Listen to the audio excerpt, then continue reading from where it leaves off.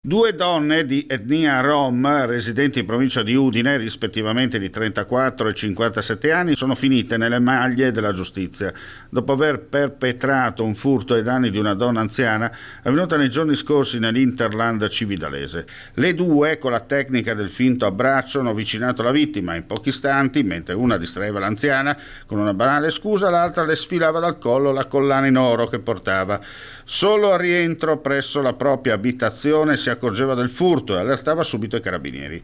La nonnina, con mente lucida, descriveva tutti i dettagli e particolari delle due donne. I militari della stazione di Torreano subito all'opera durante l'ispezione del territorio, assieme ai colleghi del radiomobile della compagnia di Cividale, risalendo anche alle immagini della videosorveglianza, e individuavano le due donne fermandole. Avviato il procedimento per l'applicazione del foglio di via obbligatorio dal comune cividalese, in cui si è consumato il furto.